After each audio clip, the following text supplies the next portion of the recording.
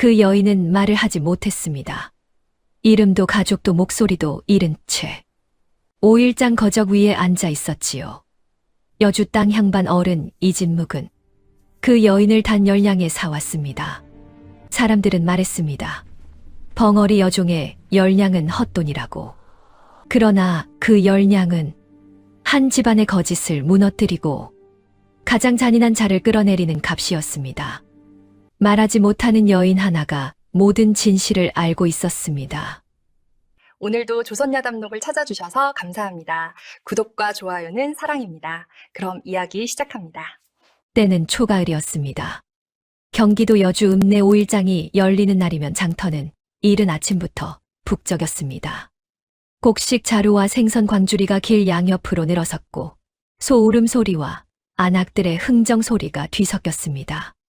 햇살은 아직 여름의 끝을 붙들고 있었고 장터 위로 먼지가 뿌옇게 피어올랐습니다. 이진묵이 장터에 나타난 것은 해가 중천에 오를 무렵이었습니다. 이른을 바라보는 나이였지만 걸음이 흐트러지지 않았습니다. 명주 두루마기의 갓을 단정히 눌러쓴 모습이 여주 땅에서 내로라 하는 향반의 풍모였습니다. 그러나 이진묵은 비단 자리나 도자기 앞을 그냥 지나쳤습니다. 무언가를 찾는 눈빛으로 장터 안쪽으로 천천히 걸어 들어갔습니다. 장터 끝, 사람들이 잘 오지 않는 구석이었습니다. 그곳에 노비 매매를 업으로 삼는 자의 자리가 있었습니다. 허름한 거적 위에 서너 명이 줄지어 앉아 있었습니다. 대부분 눈을 내리깔고 있었습니다. 이진묵은 그 앞에서 걸음을 멈추었습니다. 맨 끝에 작은 여인이 있었습니다. 나이는 20 남짓으로 보였습니다. 해진 무명 저고리에 때가 탄 치마였습니다. 고개를 들지 않아 얼굴이 잘 보이지 않았습니다. 그러나 이진묵의 눈이 그 여인에게 닿자 마자 멈추었습니다. 다른 곳으로 가지 않았습니다. 매매인이 다가오며 목소리를 낮추었습니다. 벙어리입니다, 어르신. 말을 못하는 것이 흠이지만 몸이 성하고 손이 부지런합니다. 15냥에 드리겠습니다. 이진묵은 대답하지 않았습니다. 여인 앞에 천천히 무릎을 낮추었습니다. 그리고 조용한 목소리로 말했습니다. 고개를 들어보거라. 여인이 천천히 고개를 들었습니다. 눈이 맑았습니다.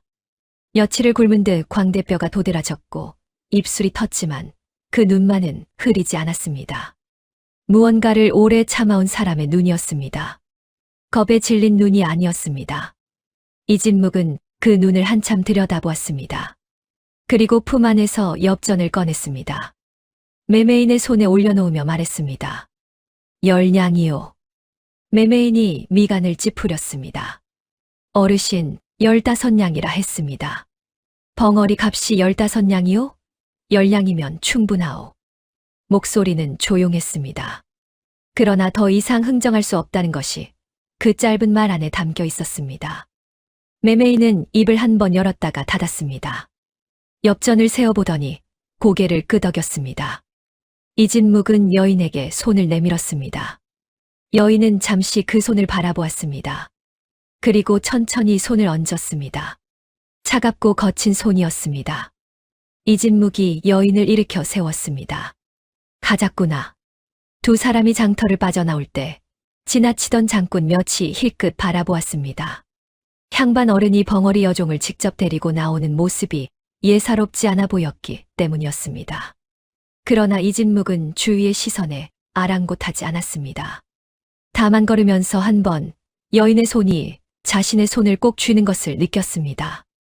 이진묵은 아무 말도 하지 않았습니다. 그러나 입가에 아주 작은 무언가가 스쳤습니다. 슬픔인지 안도인지 알 수 없는 표정이었습니다.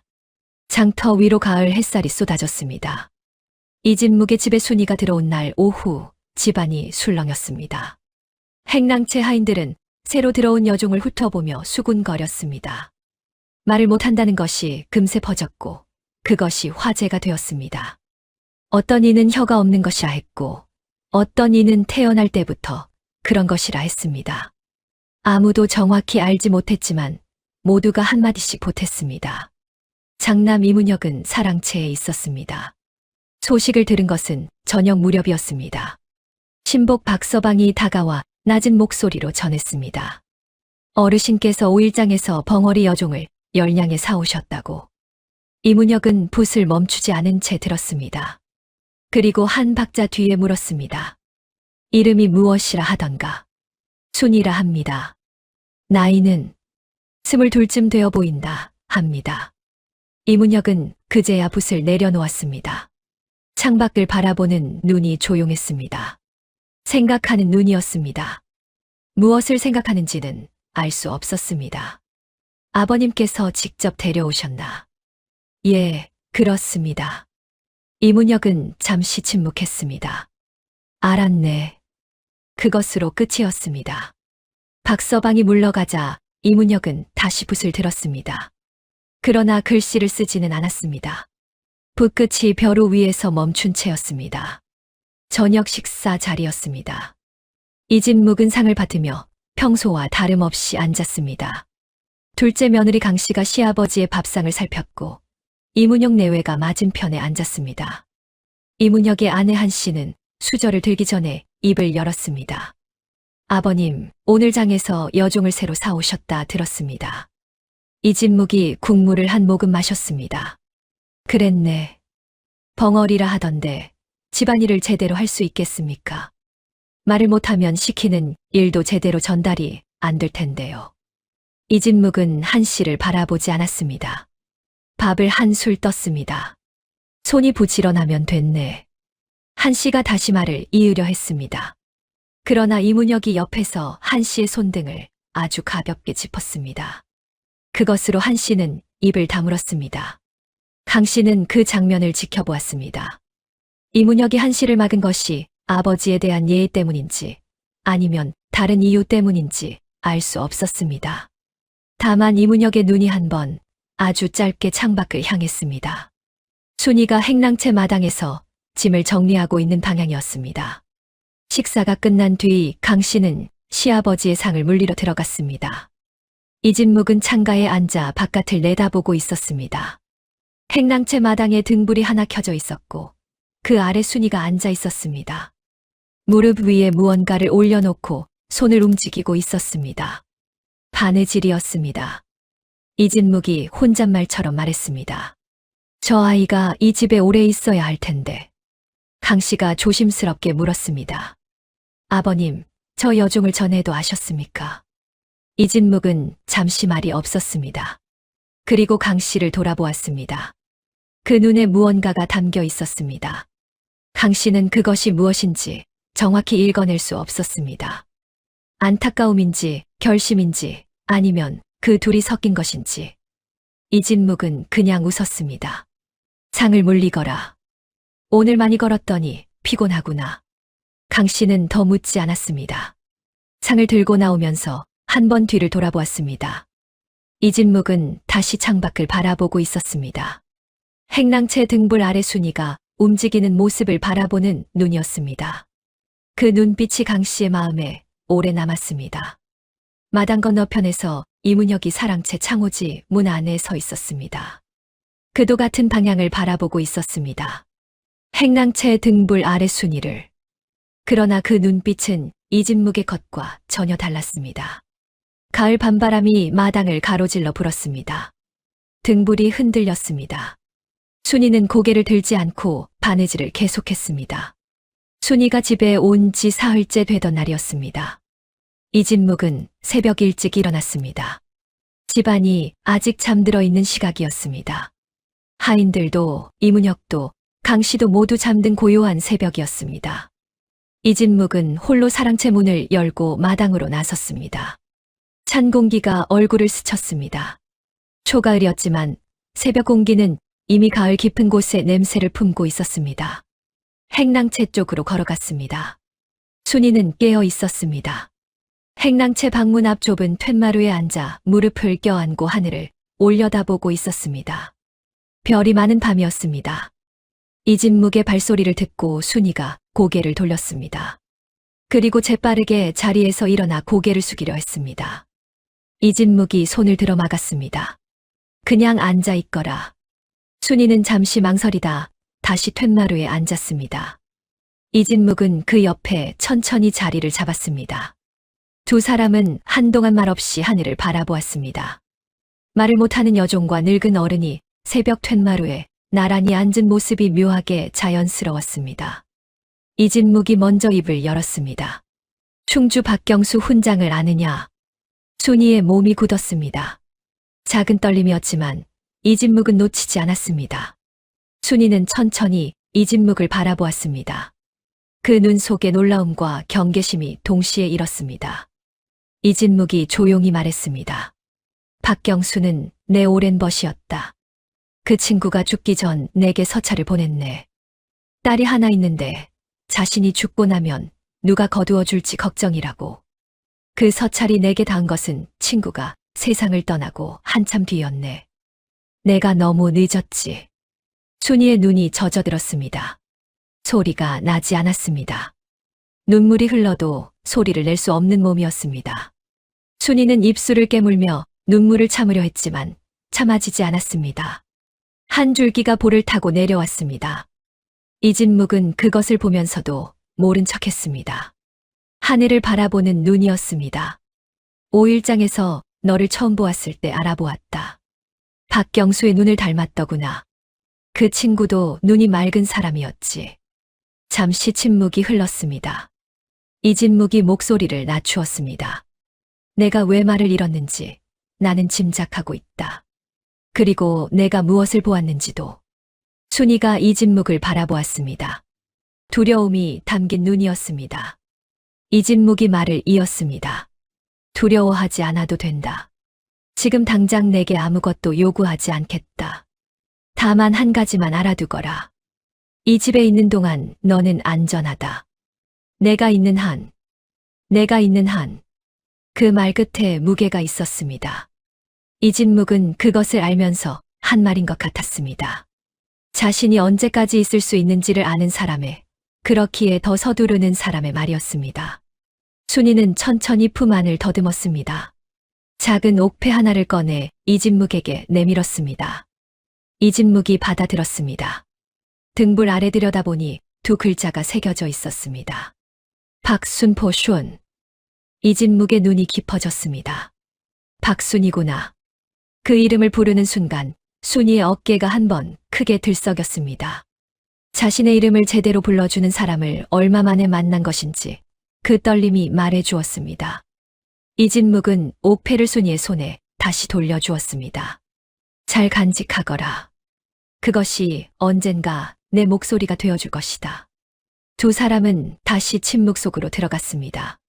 별이 서서히 옅어지기 시작했습니다. 새벽이 밝아오는 신호였습니다. 멀리서 닭이 울었습니다. 이진묵이 자리에서 일어섰습니다. 그리고 사랑채 쪽으로 걸음을 옮기다 멈추었습니다. 뒤를 돌아보지 않은 채 말했습니다. 앞으로 내가 부르거든 아무도 모르게 오너라. 내게 보여줄 것이 있다. 순이는 그 등을 바라보았습니다. 이진묵이 사랑채 안으로 사라졌습니다. 문이 조용히 닫혔습니다. 순이는 옥패를 두 손으로 감싸쥐고 가슴에 가져다 댔습니다. 그리고 하늘을 올려다보았습니다.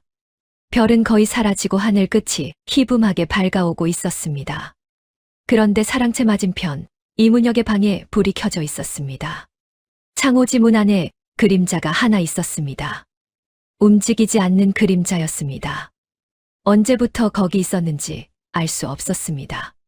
순이는 그 그림자를 보는 순간 옥패를 쥔 손에 힘이 들어갔습니다. 보름이 지났습니다. 가을이 깊어지면서 이진묵의 건강이 눈에 띄게 나빠졌습니다. 아침 문안을 들이러 들어간 강씨가 보니 시아버지의 안색이 며칠 사이에 훨씬 어두워져 있었습니다. 수저를 드는 손이 가늘게 떨렸고 기침이 잦아졌습니다. 그러나 이진묵은 몸이 성치 않다는 말을 하지 않았습니다. 강씨가 의원을 부르겠다 하면 손을 저었습니다. 늙으면 다 이러는 것이다. 걱정 말거라. 그러나 강씨는 걱정이 되었습니다. 이진묵이 달라진 것은 건강만이 아니었습니다. 며칠 전부터 사랑채에 혼자 오래 앉아 있는 시간이 늘었습니다. 서안 앞에서 무언가를 쓰다가 강씨가 들어가면 얼른 문서를 덮었습니다. 그리고 밤이 깊은 뒤에는 순이를 사랑채로 불렀습니다. 아무도 모르게 조용히 강 씨는 그것을 보았습니다.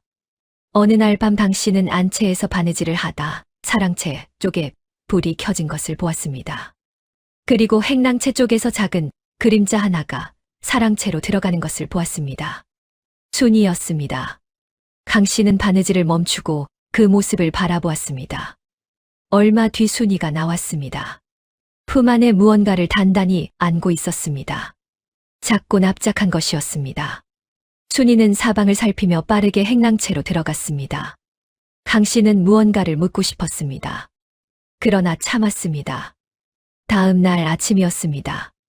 이진묵이 강 씨를 사랑채로 불렀습니다. 평소보다 일찍이었습니다. 강 씨가 들어가니 이진묵은 서한 앞에 앉아 있었습니다. 얼굴이 어제보다 더 수척했습니다. 그러나 눈빛은 또렷했습니다.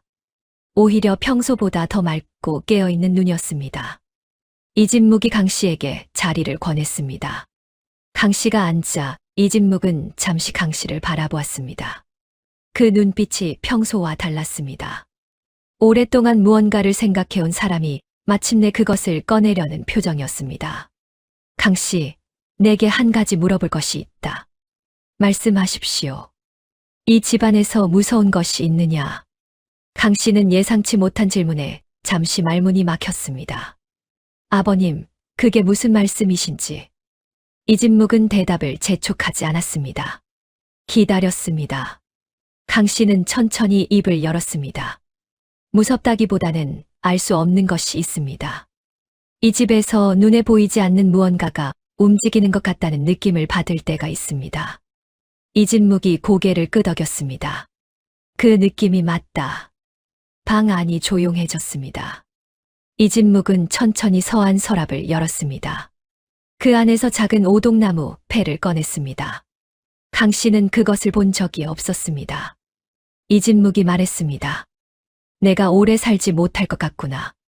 강 씨가 고개를 들었습니다. 아버님, 아니다. 두려워서 하는 말이 아니야.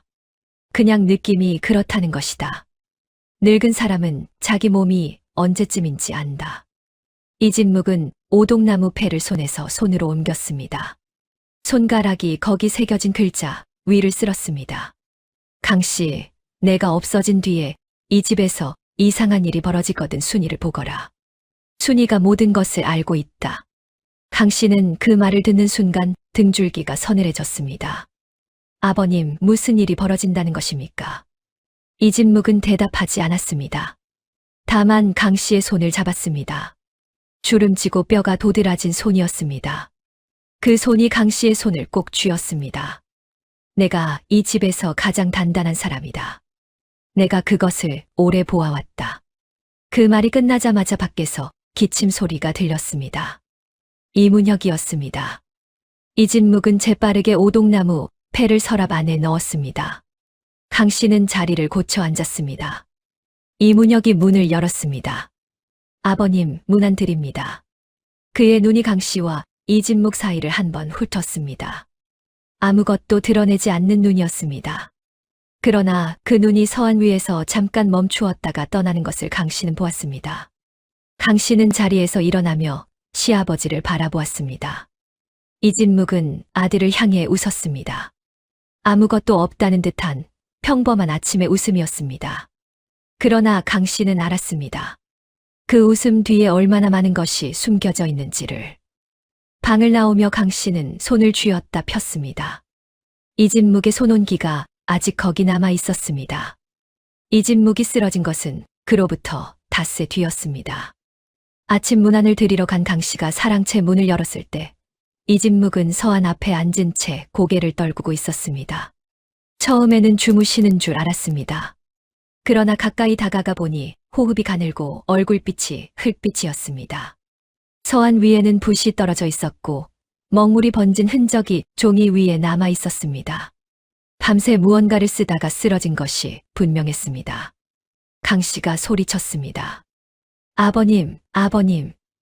이진묵의 눈꺼풀이 가늘게 떨렸습니다. 그러나 열리지 않았습니다. 강 씨는 뛰어나가 하인들을 불렀습니다. 집안이 순식간에 어수선해졌습니다. 이문혁이 나왔고 의원이 불려왔습니다. 의원은 이진묵의 손목을 짚어보고 고개를 저었습니다. 기운이 너무 많이 떨어지셨습니다. 탕약을 쓰겠지만 장담하기 어렵습니다. 이문혁이 물었습니다. 얼마나 버티실 수 있겠소? 의원이 잠시 말이 없었습니다. 며칠이 고비의 것입니다. 이문혁은 표정 하나 변하지 않았습니다. 고개를 끄덕이더니 박서방을 불러 무언가를 낮은 목소리로 지시했습니다. 강 씨는 그 모습을 보며 가슴이 내려앉는 것을 느꼈습니다. 아버지가 쓰러진 자리에서 저렇게 차분할 수 있다는 것이 어딘가 사람의 일처럼 느껴지지 않았습니다. 이진묵은 사흘을 버텼습니다. 사흘 동안 의식이 돌아왔다, 사라졌다를 반복했습니다. 강 씨는 그 곁을 거의 떠나지 않았습니다. 탕약을 다리고 손발을 주물렀습니다. 순이도 마찬가지였습니다.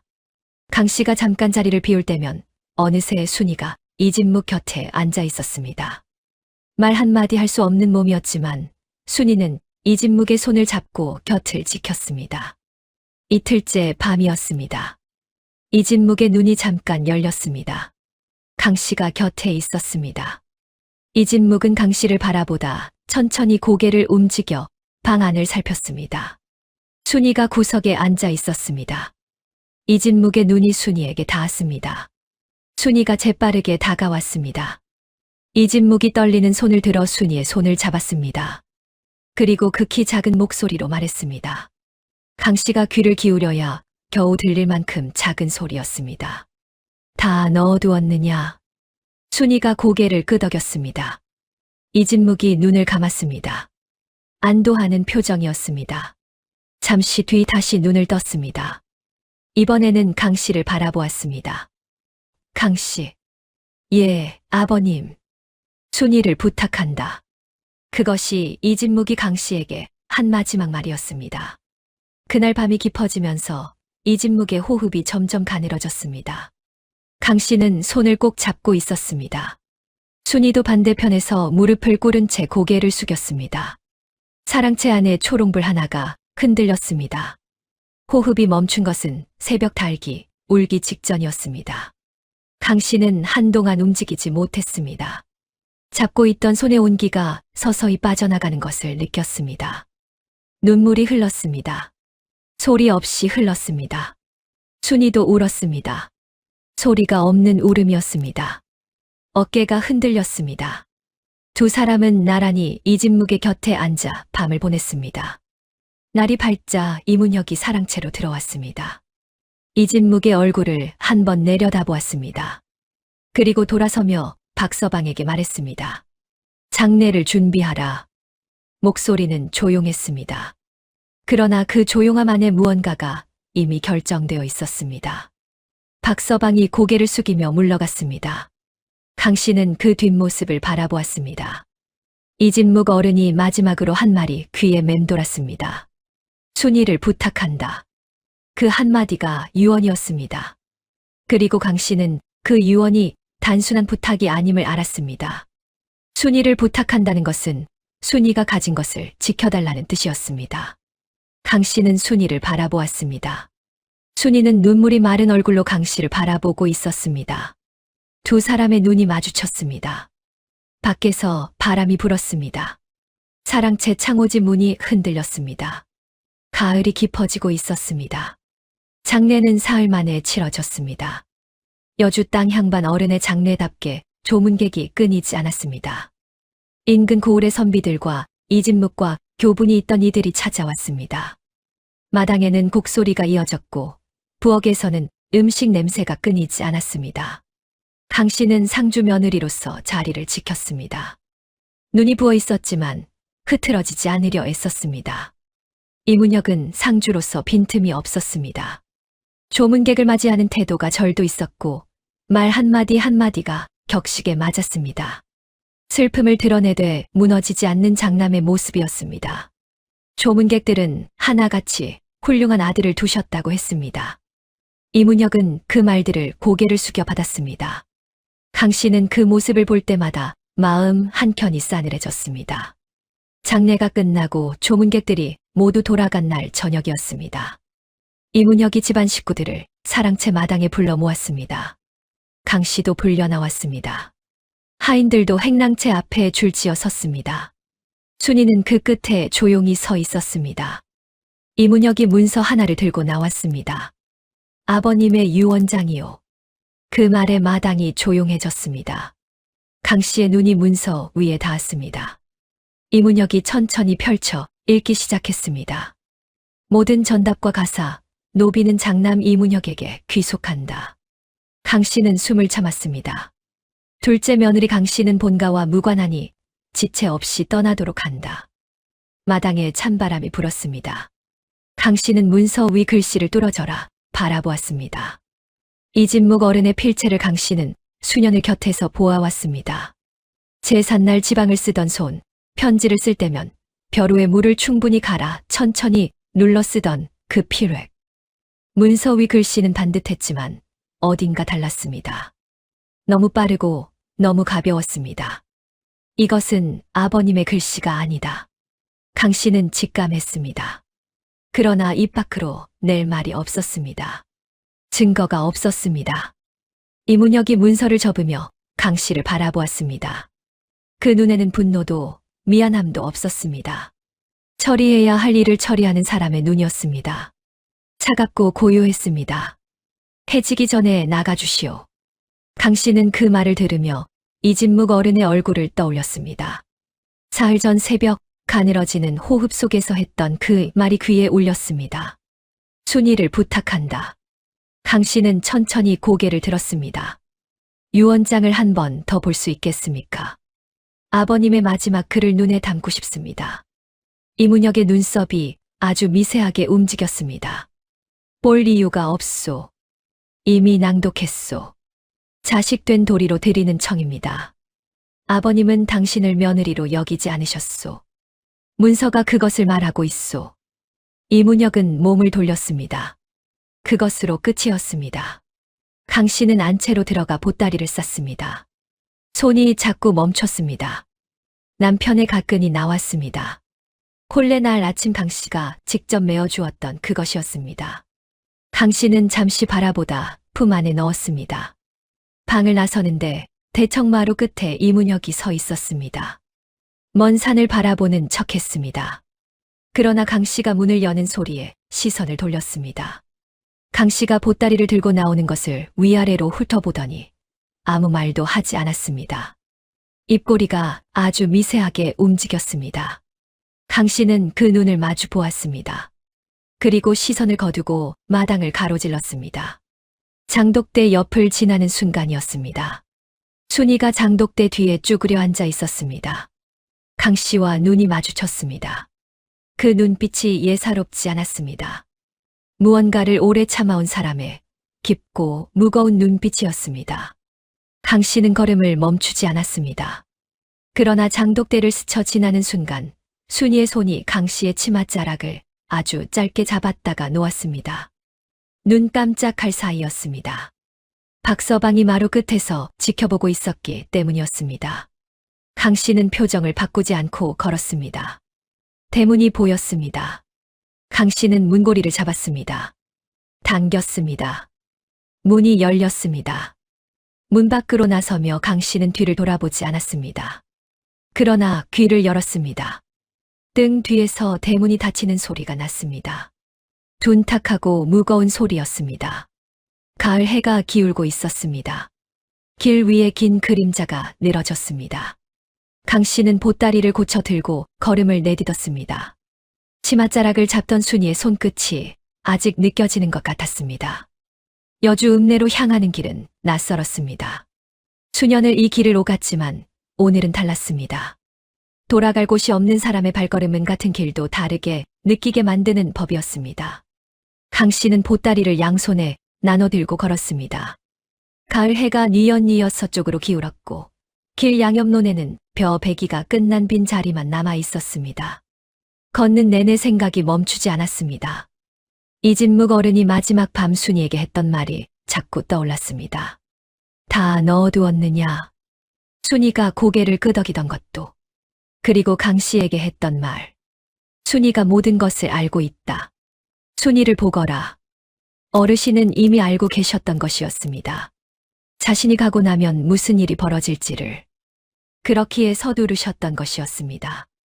병이 깊어지는 동안에도 밤마다 사랑채에 불을 밝히고 무언가를 준비하셨던 것이었습니다. 그리고 그 모든 것을 순이에게 맡기셨습니다. 왜 하필 순이었을까? 5일장에서 단 열량의 사온 벙어리 여종. 집안 식구들이 쓸모없다 비웃던 그 여인에게 이진묵 어른은 가장 무거운 것을 맡기셨습니다. 그 이유가 무엇인지 강 씨는 아직 다 알지 못했습니다. 읍내가 보이기 시작할 무렵이었습니다. 등 뒤에서 발소리가 들렸습니다. 강 씨는 걸음을 늦추지 않으면서 귀를 기울였습니다. 발소리는 하나였습니다. 크지 않고 조심스러웠지만 강 씨의 걸음과 일정한 간격을 유지하며 따라왔습니다. 강 씨는 길가 느티나무 앞에서 갑자기 멈춰 섰습니다. 보따리를 내려놓는 척하며 뒤를 돌아보았습니다. 20걸음쯤 뒤에 작은 그림자 하나가 있었습니다. 무명 저고리에 검은 치마, 머리를 질끈 동여맨 여인. 숨을 가쁘게 몰아쉬며 길 한복판에 서 있었습니다. 순이였습니다. 강 씨는 눈을 크게 떴습니다. 순이가 이 길을 따라왔다는 것은 이문혁의 눈을 피했다는 뜻이었습니다. 박서방의 눈도 피했다는 뜻이었습니다. 쉬운 일이 아니었습니다. 강 씨가 다가가려 하자 순이가 손을 들어 멈추라는 신호를 보냈습니다. 그리고 사방을 살폈습니다. 길 위에 다른 사람이 없다는 것을 확인하고 나서야 빠른 걸음으로 강 씨에게 다가왔습니다. 순이는 품 안에서 무언가를 꺼냈습니다. 작고 납작한 천 주머니였습니다. 낡은 무명천을 접어실로 꿰맨 것인데 그 실밥이 촘촘하고 고른 것이 보통 손길이 아니었습니다. 순이는 그것을 두 손으로 강 씨에게 내밀었습니다. 강 씨가 받아들었습니다. 주머니 안에서 딱딱한 것이 만져졌습니다. 종이였습니다. 그것도 한 장이 아니라 여러 장 꼭꼭 접혀 넣어진 종이들이었습니다. 강 씨가 막 주머니 끈을 풀려는 순간이었습니다. 순이가 재빠르게 강 씨의 손을 잡았습니다. 고개를 저었습니다. 눈빛으로 말했습니다. 지금은 아닙니다. 여기서는 안 됩니다. 강 씨는 주머니를 치마 깊숙한 곳에 밀어 넣었습니다. 그리고 순이를 바라보았습니다. 할 말이 많았습니다. 묻고 싶은 것도 많았습니다. 그러나 지금 이 길 위에서 나눌 수 있는 말이 아니었습니다. 강 씨가 낮은 목소리로 물었습니다. 너는 어떻게 할 것이냐? 이문혁이 알면 위험하다. 순이는 잠시 강 씨를 바라보았습니다. 그리고 손짓으로 말했습니다. 걱정하지 마십시오. 저는 괜찮습니다. 그 눈빛이 단단했습니다. 두려워하는 눈이 아니었습니다. 이미 오래전부터 이 순간을 준비해온 사람의 눈이었습니다. 강 씨가 다시 물었습니다. 어디로 가면 되겠느냐? 순이는 잠시 생각하더니 소나무 숲 방향을 손으로 가리켰습니다. 그리고 양손을 모아 합장하는 모양을 만들었습니다. 절이었습니다. 강 씨는 고개를 끄덕였습니다. 읍내 너머 산 쪽에 오래된 절이 하나 있다는 것을 알고 있었습니다. 사람들이 잘 찾지 않는 곳이었습니다. 순이는 강 씨의 손을 한 번 꽉 쥐었다가 놓았습니다. 그리고 몸을 돌려왔던 길로 빠르게 걸어갔습니다. 어둠이 내려앉기 시작한 길 위로 순이의 작은 등이 멀어졌습니다. 강 씨는 그 등이 완전히 사라질 때까지 바라보았습니다. 치마 안에서 천 주머니가 허벅지에 닿았습니다. 강 씨는 보따리를 집어들었습니다. 그리고 읍내 쪽이 아니라 산 쪽으로 방향을 틀었습니다. 소나무 숲이 어둠 속에서 검게 서 있었습니다. 가을 첫바람이 등 뒤에서 불어왔습니다. 이진묵 어른이 마지막으로 남긴 말이 다시 한번 귓가에 울렸습니다. 내가 없어진 뒤에 이상한 일이 벌어지거든 순이를 보거라. 강 씨는 걸음을 빠르게 했습니다. 절은 생각보다 더 깊은 곳에 있었습니다. 소나무 숲을 지나 야트막한 고개를 넘자 돌담이 나왔습니다. 담 너머로 기와 몇 장이 내려앉은 낡은 전각 지붕이 보였습니다. 현판은 반쯤 떨어져 나갔고 남은 글자도 읽기에 덮여 읽기 어려웠습니다. 마당에는 자풀이 무성했지만 그 사이로 누군가 밟고 다닌 흔적이 있었습니다. 좁고 일정한 발자국이었습니다. 강 씨는 무너진 돌담 틈으로 들어섰습니다. 법당은 닫혀 있었습니다. 마당을 가로질러 법당 옆 작은 요사체 문 앞에 섰습니다. 강 씨는 잠시 망설이다 문을 두드렸습니다. 한 번, 두 번. 안에서 기척이 있었습니다. 문이 열렸습니다. 백발의 노승이었습니다. 굵은 눈썹 아래 눈이 깊고 조용한 사람이었습니다. 낯선 여인이 보따리를 들고 어두운 마당에 서 있는 것을 보았는데도 놀라지 않았습니다. 마치 올 것이 왔다는 듯한 눈빛이었습니다. 노승이 천천히 물었습니다. 이진묵 어른 댁 며느리시오? 강 씨가 눈을 크게 떴습니다. 어떻게 아십니까? 들어오시오. 노승은 더 설명하지 않고 문을 열어주었습니다. 강 씨는 잠시 문 앞에 서 있다가 안으로 들어섰습니다. 방 안은 좁았습니다. 낡은 경상 하나와 이불 두 채, 구석에 작은 화로가 있었습니다.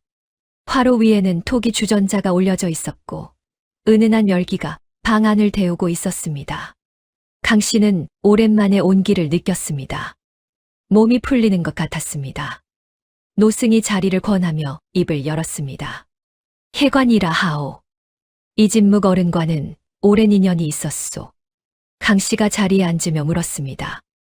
아버님을 아십니까? 알다마다요. 10년 전 어른께서 이 절이 무너지지 않도록 몰래 시주를 대주셨소. 아무에게도 알리지 말라 하셨지. 그 뒤로 이따금 혼자 오셔서 이야기를 나누셨소. 마지막으로 다녀가신 것이 보름 전이었소. 혜관 스님은 주전자를 들어 찬물을 따랐습니다. 그때 이런 말씀을 하셨소. 머지않아 댁의 며느리가 이리 올 것이라고. 그러거든 숨겨드리라 하셨소. 강 씨는 찻잔을 두 손으로 감쌌습니다. 아버님은 자신이 어찌 될 것을 미리 아셨단 말씀입니까? 혜관 스님은 잠시 말이 없었습니다. 화로 속 숯이 작게 탁 소리를 내며 갈라졌습니다. 어른께서는 알고 계셨소. 그리고 두려워하지 않으셨소. 다만 한 가지만 걱정하셨소. 무엇을 걱정하셨습니까? 시간이 부족할까봐. 준비를 다 마치기 전에 가게 될까봐. 강 씨는 찻잔을 내려놓았습니다. 준비. 이진묵 어른이 병들어가면서도 밤마다 사랑채에 불을 밝히고 하셨던 일. 순이를 몰래 불러 무언가를 건네셨던 일. 그 모든 것이 준비였습니다. 강 씨가 물었습니다. 스님 아버님께서 이 절에 무언가를 남겨두셨습니까? 혜관 스님이 강 씨를 바라보았습니다. 그 눈에 잠시 무언가를 재는 빛이 지나갔습니다. 그리고 천천히 고개를 끄덕였습니다. 있소. 그러나 그것은 때가 되면 드리겠소. 지금은 먼저 쉬셔야 하오. 얼굴빛이 많이 상하셨소. 강 씨는 더 묻고 싶었습니다. 그러나 몸이 말을 듣지 않았습니다. 며칠을 제대로 먹지 못하고 잠들지 못한 것이 한꺼번에 밀려왔습니다. 화로 온기가 몸 안으로 스며들면서 눈꺼풀이 무거워졌습니다. 강 씨가 자리에 눕기 직전이었습니다. 절마당 어딘가에서 소리가 났습니다. 낙엽을 밟는 소리였습니다. 한 번, 두 번, 그리고 멈췄습니다. 혜관 스님이 창호지 문 쪽을 바라보았습니다. 강 씨도 몸을 일으켰습니다. 잠이 달아났습니다. 두 사람은 숨을 죽이고 귀를 기울였습니다. 바깥이 조용해졌습니다. 그러더니 요사체 문을 두드리는 소리가 났습니다. 3번, 잠시 멈춤, 다시 2번. 혜관 스님의 굳었던 표정이 풀렸습니다. 정해진 신호. 스님이 문을 열었습니다. 문 앞에 작은 여인이 서 있었습니다. 옷자락이 흙먼지로 얼룩져 있었고 숨이 가빴습니다. 그러나 눈빛은 흔들리지 않았습니다. 순이였습니다. 강 씨가 자리에서 일어났습니다. 순이는 강 씨를 보자 짧게 고개를 끄덕였습니다. 무사하다는 뜻이었습니다. 그리고 품 안에서 무언가를 꺼냈습니다. 천 주머니였습니다. 아까 강 씨에게 건넨 것과 같은 손으로 만든 것이었지만 이것은 조금 더 두꺼웠습니다. 순이가 강 씨에게 내밀었습니다. 강 씨가 받아들었습니다. 그리고 순이를 바라보며 물었습니다. 이문혁이 눈치챘느냐? 순이가 잠시 멈췄습니다. 그리고 고개를 끄덕였습니다. 방 안이 조용해졌습니다. 혜관 스님이 문을 닫았습니다. 화로 불빛이 세 사람의 얼굴 위에 흔들렸습니다. 강 씨는 손 안에 천 주머니를 꽉 쥐었습니다. 시간이 없었습니다. 화로 불빛 아래 세 사람이 모였습니다. 혜관 스님이 문을 안으로 걸어 잠갔습니다. 순이는 자리에 앉아 숨을 골랐습니다. 강 씨는 손 안에 천 주머니를 내려다보았습니다. 이진묵 어른이 준비하신 것들이 이 안에 있었습니다. 더 이상 미룰 이유가 없었습니다. 강 씨가 천천히 주머니 끈을 풀었습니다. 안에는 종이 3장이 들어 있었습니다. 각각 따로 접혀 있었습니다. 강 씨는 등불 쪽으로 몸을 기울이며 첫 번째 종이를 펼쳤습니다. 글씨가 가득했습니다. 반듯하고 힘있는 글씨였습니다. 배운 사람의 손에서 나온 글씨였습니다. 그러나 이진묵 어른의 필체가 아니었습니다. 강 씨는 숨을 죽이고 읽기 시작했습니다. 나는 순이라 불리는 사람입니다. 5일장에 팔려 나오기 전 나는 충주 땅 박경수 훈장의 딸이었습니다. 아버지가 돌아가시고 집이 기울어종으로 팔렸습니다. 그러나 내가 말을 잃은 것은 팔려서가 아닙니다. 내가 보아서는 안 될 것을 보았기 때문입니다. 강 씨의 손가락이 멈췄습니다. 이진묵 어른께서 저를 5일장에서 사신 것은 우연이 아닙니다. 어른께서는 저를 알아보셨습니다. 아버지 박경수와 오랜 버시셨던 분이었습니다. 어른께서 저를 데려오신 것은 제가 이 집안의 비밀을 아는 유일한 사람이기 때문입니다. 강 씨가 두 번째 종이를 펼쳤습니다. 이번에는 다른 글씨였습니다. 떨리고 힘이 빠진 늙은 사람의 손으로 쓴 글씨였습니다. 이진묵 어른의 필체였습니다. 강 씨가 익히 알던 그 묵직하고 느린 글씨가 맞았지만 병이 깊어진 뒤에 쓴 것이 분명했습니다. 획이 가늘고 군데군데 먹물이 번져 있었습니다. 강 씨는 손이 떨리지 않도록 꾹 참으며 읽어 내려갔습니다. 이 글을 쓰는 자는 이진묵이요. 내 몸이 오래가지 못할 것을 알기에 서둘러 적소. 장남 이문혁은 내 혈육이 아니오. 이것은 내가 수십 년을 가슴에 묻어온 비밀이나 이제는 더 숨길 수 없어 진실을 남기오. 문혁은 병자년 역병이 돌던 해 이웃마을에서 부모를 잃고 혼자 살아남은 아이였소. 나는 그 아이를 거두었소. 그러나 내 친아들처럼 족보에 올리는 과정에서 돌이킬 수 없는 잘못을 저질렀소. 강 씨는 그 자리에서 꼼짝도 하지 못했습니다. 그 과정을 처음부터 끝까지 지켜본 사람이 하나 있었소. 충주 훈장 박경수의 어린 딸이었소. 문혁은 그 아이가 자라 말을 할 수 있게 되자 침묵을 강요했소. 내가 그 사실을 알았을 때는 이미 아이가 혀를 잃은 뒤였소. 나는 그것을 알고도 오랫동안 모른 척했소. 그것이 내 가장 큰 죄요. 방 안이 고요해졌습니다. 화로 속 숯불이 작게 탁 소리를 내며 깨졌습니다. 강 씨는 문서를 무릎 위에 내려놓았습니다. 고개를 들어 순이를 바라보았습니다. 순이는 강 씨를 바라보고 있었습니다. 그 눈에서 눈물이 흘렀습니다. 소리 없는 울음이었습니다. 혀를 잃은 몸이라 그 느낌조차 낼 수 없는 울음이었습니다. 어깨만이 가늘게 떨렸습니다. 강 씨는 세 번째 종이를 펼쳤습니다. 이번에는 이진묵 어른의 글씨였습니다. 그러나 앞의 것보다 더 힘이 없었습니다. 마지막 남은 기운을 쏟아부은 듯한 글씨였습니다. 진짜 유언장은 사랑채 서안 아래 벽돌 하나를 드러내면 나오는 오동나무 함 속에 있소. 그 안에 족보낫장과 옥패 그리고 여주 관아 사또에게 보내는 서찰도 함께 넣어두었소. 순이가 그 자리를 알고 있소. 순이를 믿으시오. 그리고 강 씨를 믿으시오. 두 사람이 함께라면 반드시 이룰 수 있을 것이오. 강 씨는 종이를 내려놓았습니다. 눈이 화끈거렸습니다.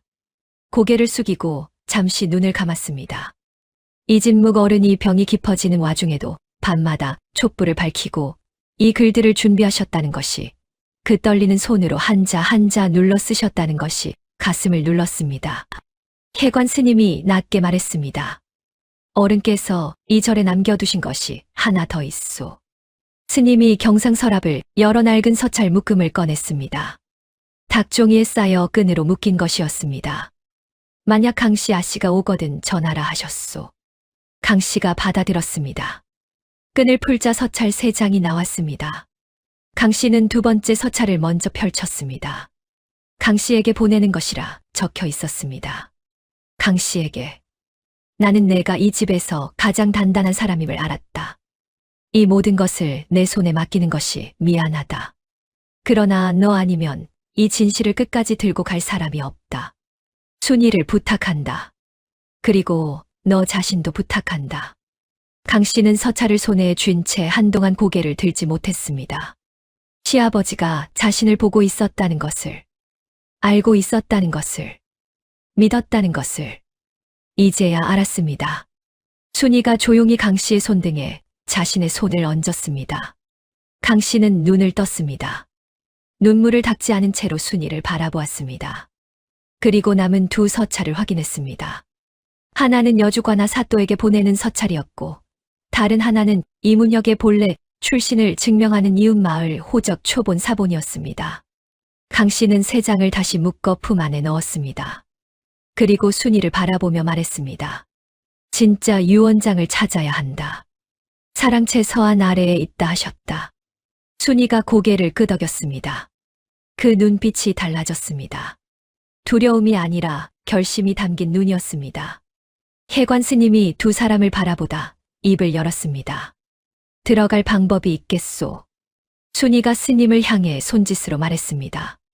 그리고 땅에 쪼그려 앉아 손가락으로 바닥에 그림을 그렸습니다. 집 안 구조였습니다. 사랑채, 안채, 행랑채, 그리고 동쪽 담장 아래 작은 쪽문 하나.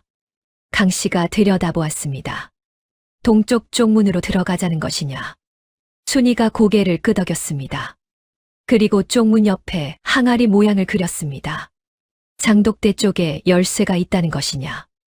다시 고개를 끄덕였습니다. 강씨는 몸을 일으켰습니다. 창밖이 캄캄했습니다. 지금 당장 움직이는 것은 무리였습니다. 날이 밝으면 이문혁의 신복들이 읍내 쪽을 살피러 나간 틈을 타야 했습니다. 강씨가 혜관 스님을 바라보았습니다. 내일 새벽 스님께서 도와주실 수 있겠습니까? 스님은 잠시 강씨를 바라보다 고개를 끄덕였습니다. 이 늙은 중이 탁발 다니는 것은 이상한 일이 아니오. 정문 쪽에서 기척을 만들어 드리겠소. 방 안이 조용해졌습니다. 화로 불빛이 3사람의 얼굴 위에 조용히 흔들렸습니다. 강씨는 무릎 위에 손을 모았습니다. 내일 해가 뜨면 모든 것이 시작될 것이었습니다. 새벽이었습니다. 요사체 안에서 강씨는 눈을 떴습니다. 잠을 잔 것인지 아닌지 알 수 없었습니다. 눈을 감았다 뜨기를 반복하는 사이 어느새 창호지 문 너머가 희붐하게 밝아오고 있었습니다. 화로는 꺼져 있었습니다. 방 안의 냉기가 코끝에 닿았습니다. 옆에서 순이가 일어나 앉아 있었습니다. 잠을 자지 않은 것이 분명했습니다. 무릎을 끌어안고 벽을 바라보는 눈이 밤새 무언가를 생각해온 사람의 눈이었습니다. 강씨가 일어나는 기척을 느끼자 순이가 고개를 돌렸습니다. 눈이 마주쳤습니다. 순이가 짧게 고개를 끄덕였습니다. 준비가 되었다는 뜻이었습니다. 혜관 스님은 이미 바랑을 메고 있었습니다. 내가 먼저 움직이겠소. 해가 완전히 뜨기 전이 좋소. 그 시각에 박서방 같은 자들은 대부분 안채 쪽에 있소. 동쪽 담장은 잠시 비게 될 것이오. 스님은 담담하게 말했습니다. 오래 세상을 살아온 사람의 침착함이었습니다. 강씨는 스님의 눈을 바라보았습니다. 위험하십니다. 이 늙은 중이 두려워할 것이 무엇이 있겠소. 이진묵 어른이 10년 동안 이 절을 지켜주셨소. 이 정도 은혜는 갚아야지요. 스님은 담담하게 웃었습니다. 주름 깊은 얼굴에 번지는 미소가 강씨의 가슴을 먹먹하게 했습니다. 3사람은 각자의 방향으로 흩어졌습니다. 강씨와 순이는 숲 가장자리를 따라 이진묵 어른의 집 동쪽으로 돌았습니다. 이슬이 내린 풀밭이었습니다.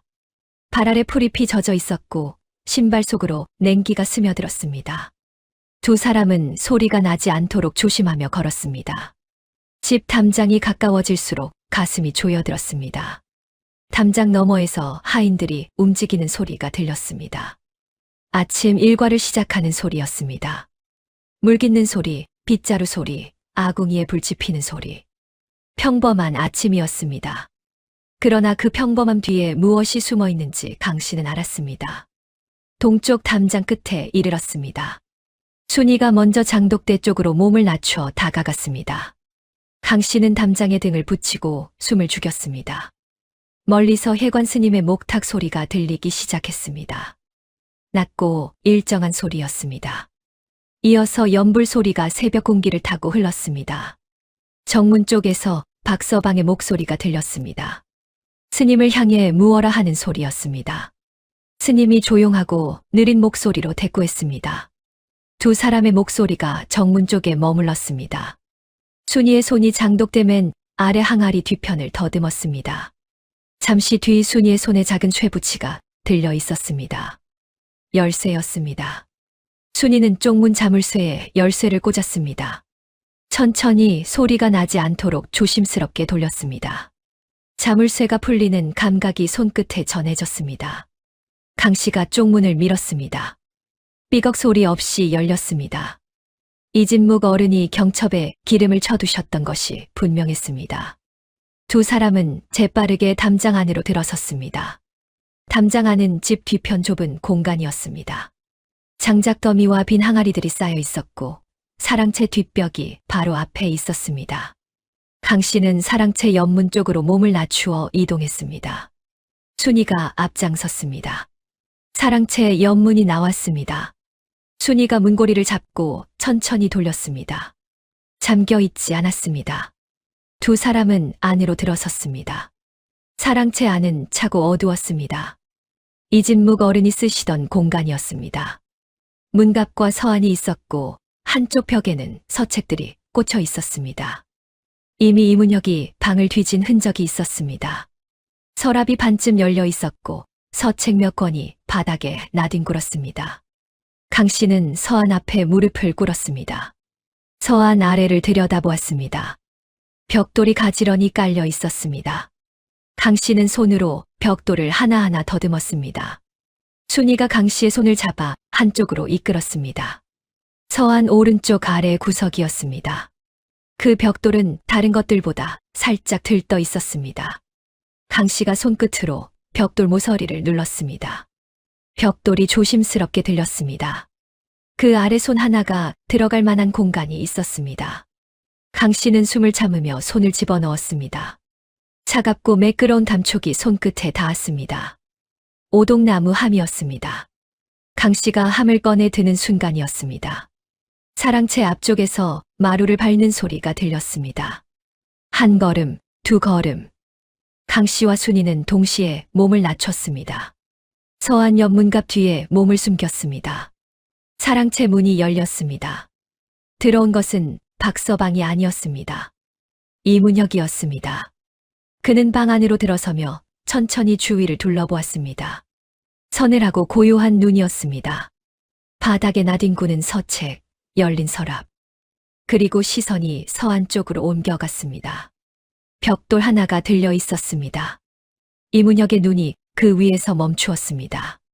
이문혁은 움직이지 않았습니다. 들린 벽돌을 내려다보는 그의 표정은 여전히 고요했습니다. 놀라지도 당황하지도 않았습니다. 마치 이미 예상했던 일이 예상했던 순서대로 벌어지고 있다는 듯한 얼굴이었습니다. 그 침착함이 분노보다 더 무서웠습니다. 강 씨는 문갑 뒤에서 숨을 참았습니다. 오동나무 함이 손 안에 있었습니다. 차갑고 단단한 감촉이 손바닥에 전해졌습니다. 옆에서 순이가 강 씨의 팔을 꽉 붙들고 있었습니다. 두 사람 사이의 간격은 한 뼘도 되지 않았습니다. 이문혁이 천천히 서안 쪽으로 걸어왔습니다.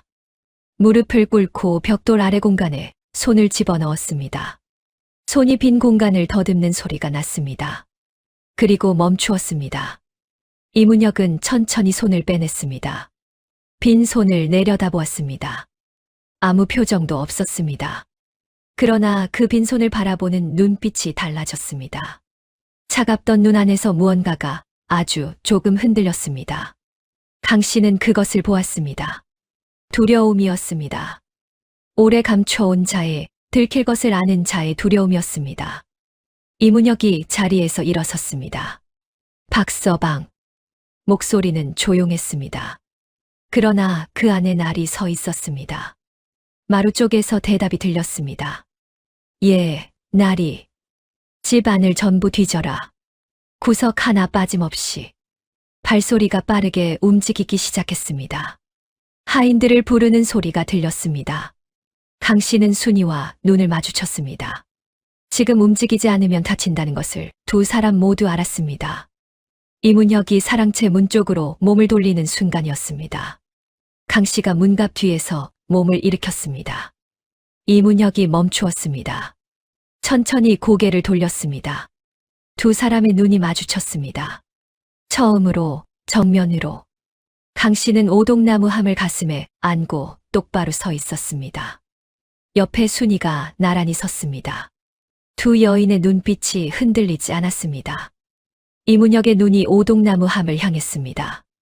짧은 침묵이 흘렀습니다. 그 침묵 속에서 이문혁의 얼굴이 조금씩 굳어갔습니다. 차갑고 계산적인 그 얼굴에 처음으로 균열이 생기는 것이 보였습니다. 그가 낮게 말했습니다. 그것을 내놓으시오.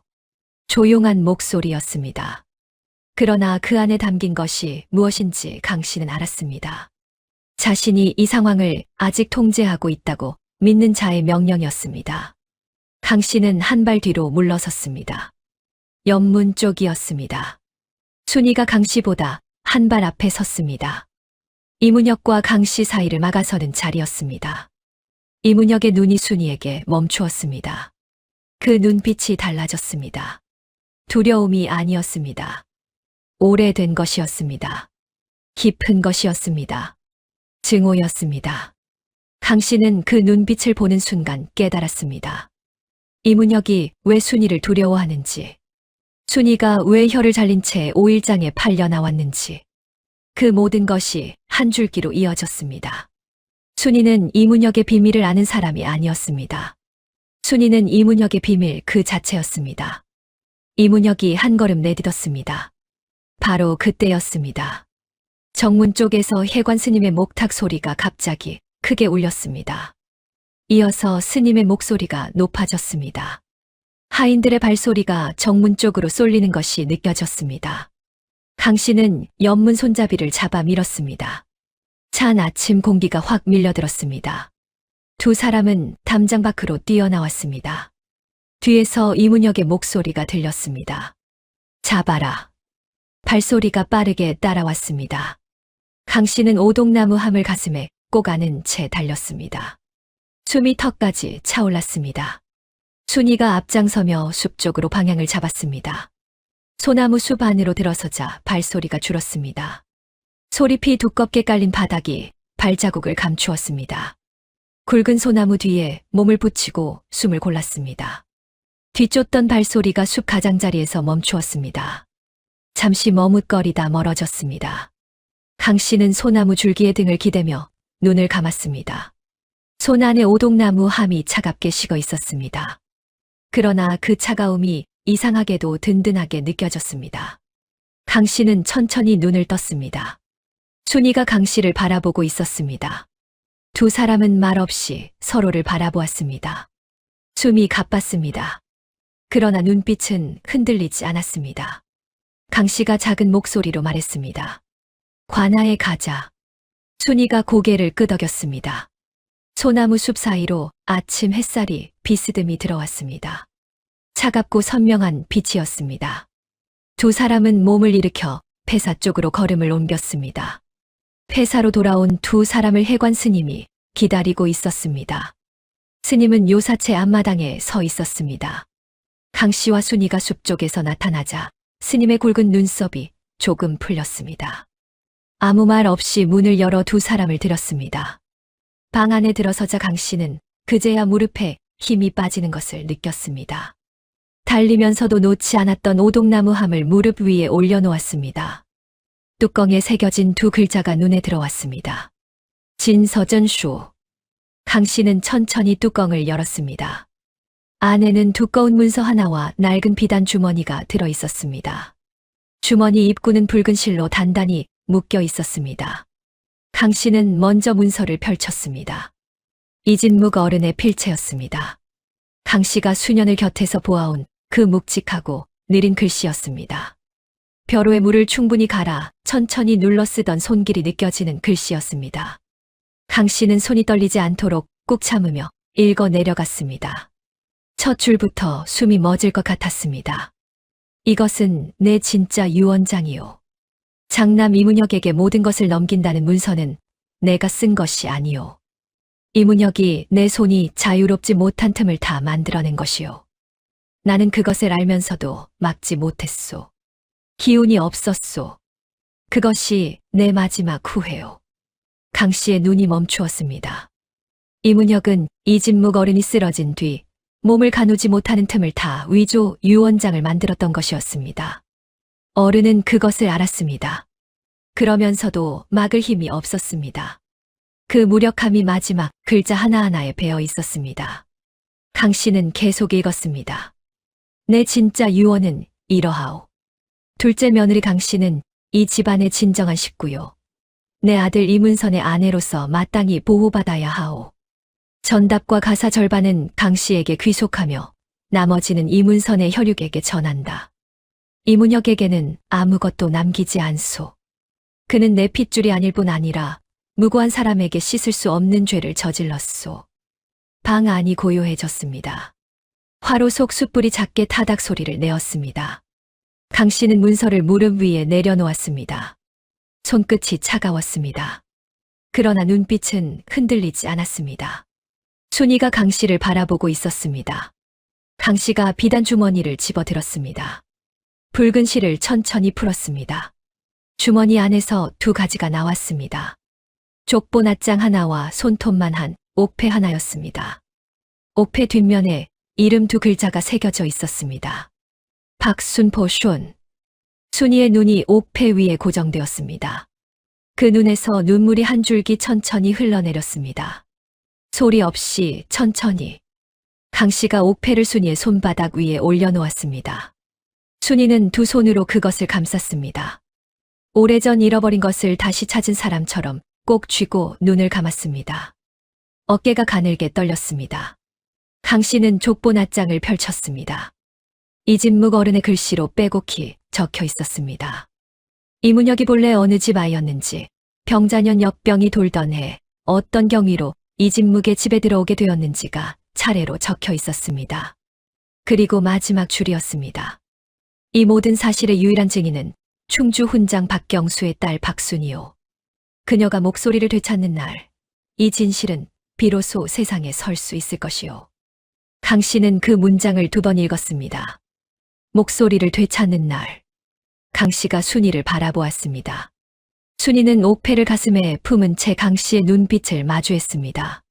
강 씨가 천천히 입을 열었습니다. 순이야, 내가 직접 말하지 않아도 된다. 내가 글을 쓸 수 있으니 그것으로 족하다.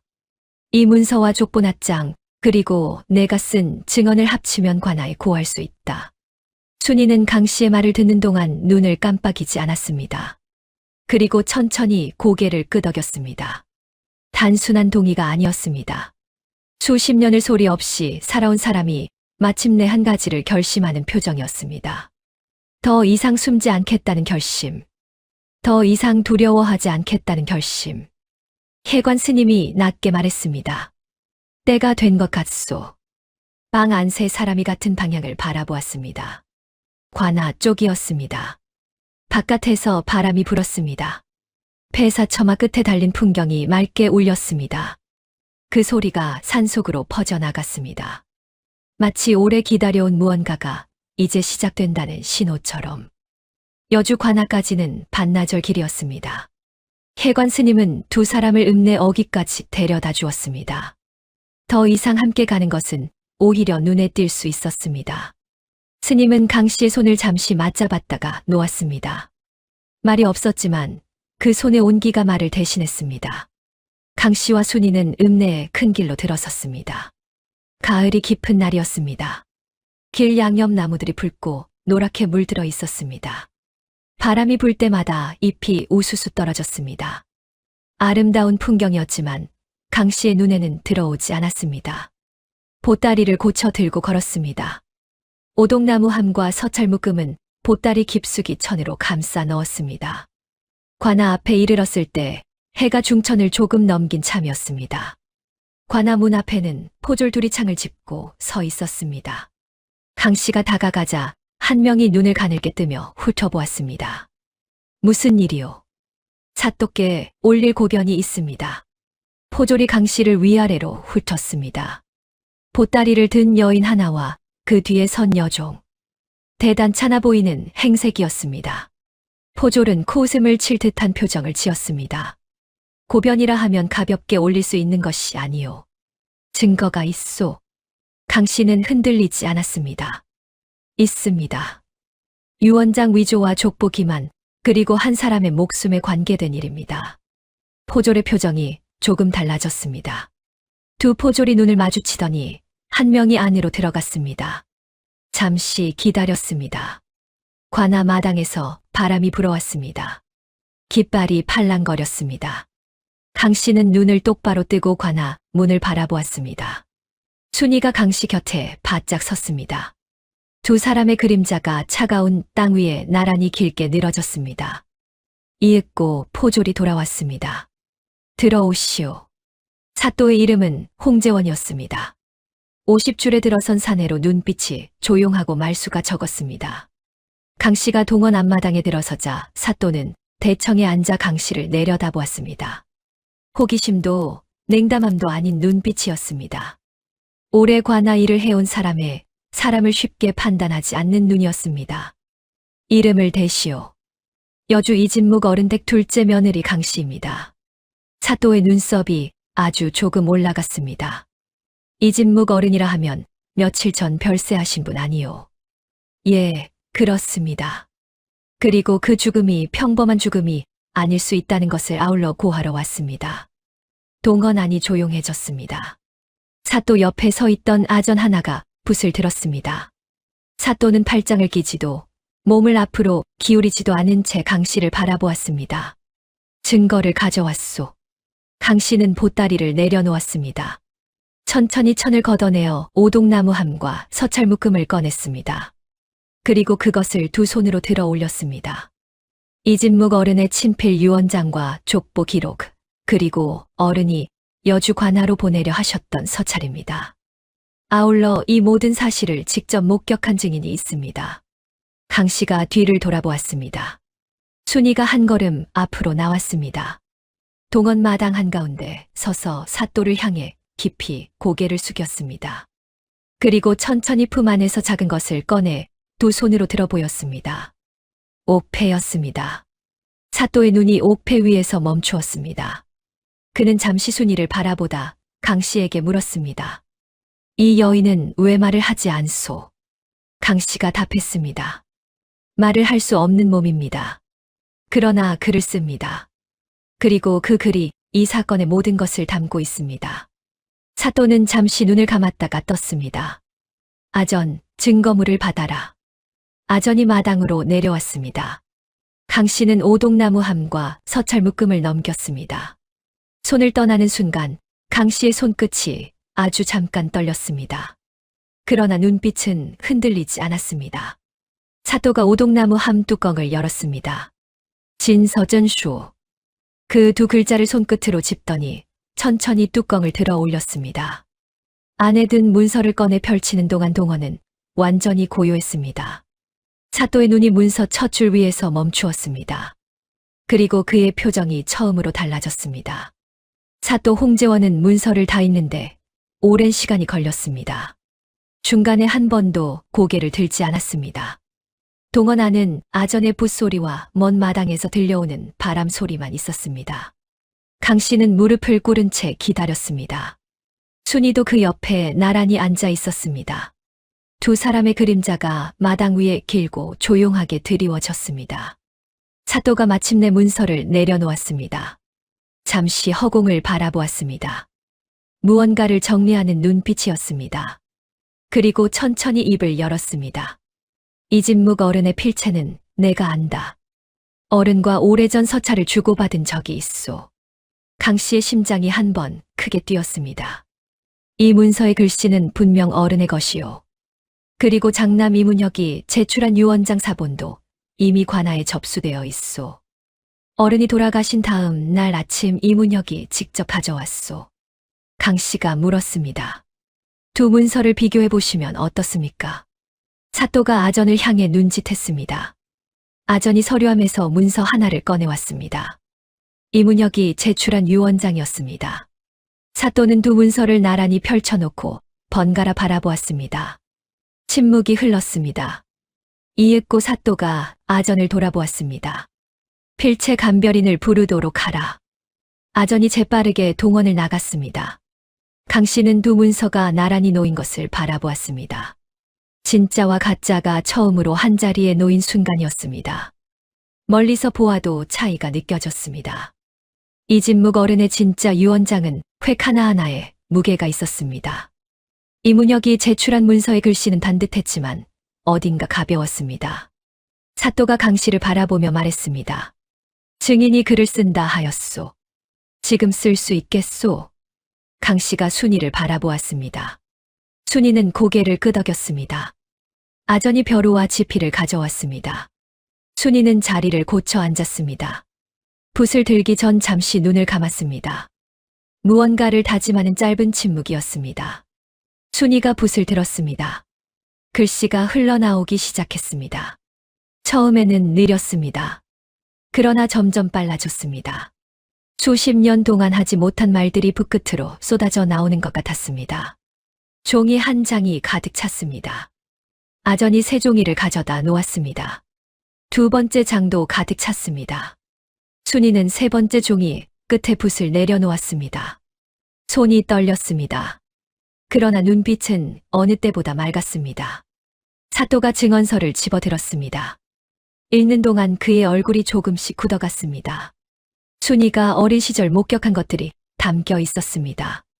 병자년 역병이 돌던 해 이웃 마을 아이가 이진묵 어른의 집으로 옮겨오던 날, 그 아이가 족보에 오르던 과정, 그리고 수십 년 뒤 장성한 이문혁이 어린 순이를 찾아와 침묵을 강요하던 날, 혀를 잃게 된 경위까지 빠짐없이 담겨 있었습니다. 사또가 증언서를 내려놓았습니다. 그리고 처음으로 목소리에 힘이 실렸습니다. 포교를 불러라. 이문혁을 당장 잡아 오도록 하라. 동헌이 순식간에 움직이기 시작했습니다. 포졸들이 달려나갔습니다. 발소리가 관아 마당을 가득 채웠습니다. 강 씨는 그 소리를 들으며 천천히 고개를 숙였습니다. 눈물이 떨어졌습니다. 참으려 했는데 참아지지 않았습니다.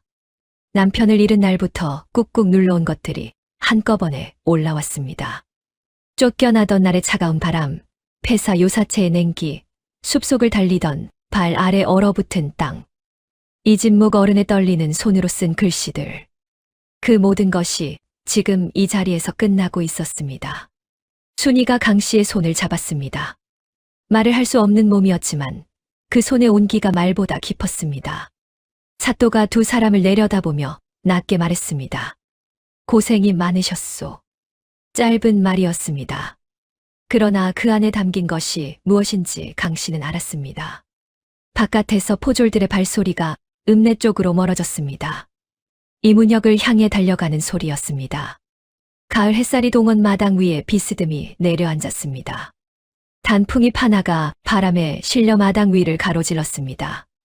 붉고 선명한 잎이었습니다. 그것이 땅 위에 내려앉는 것을 강 씨는 눈으로 쫓았습니다. 계절이 바뀌고 있었습니다. 이문혁이 잡혀온 것은 그날 오후였습니다. 포졸들이 들이닥쳤을 때 이문혁은 사랑채에 앉아 있었다고 했습니다. 도망치려 하지 않았다고도 했습니다. 포졸들이 전하는 말에 따르면 그는 포박을 당하면서도 표정 하나 변하지 않았다고 했습니다. 끝까지 차갑고 고요한 얼굴이었다고. 그 말을 전해 들은 강 씨는 아무 말도 하지 않았습니다. 신문은 사흘에 걸쳐 진행되었습니다. 강 씨와 순이는 관아 근처 객사에 머물렀습니다. 해관 스님도 연락을 받고 내려왔습니다. 스님은 이진묵 어른과 주고받은 서찰들을 추가 증거로 제출했습니다. 필체 감별이는 이문혁이 제출한 유언장이 이진묵 어른의 글씨가 아님을 공식으로 확인했습니다. 이문혁은 첫날 신문에서 모든 것을 부인했습니다. 유언장은 아버지가 직접 쓴 것이라 했습니다. 순이는 말을 못하는 천한종에 불과하다 했습니다. 강 씨는 집에서 쫓겨난 것에 앙심을 품은 여인이라 했습니다. 목소리는 여전히 조용했고 논리는 치밀했습니다. 신문하는 아전들조차 잠시 흔들릴 만큼이었습니다. 그러나 둘째 날 신문에서 모든 것이 바뀌었습니다.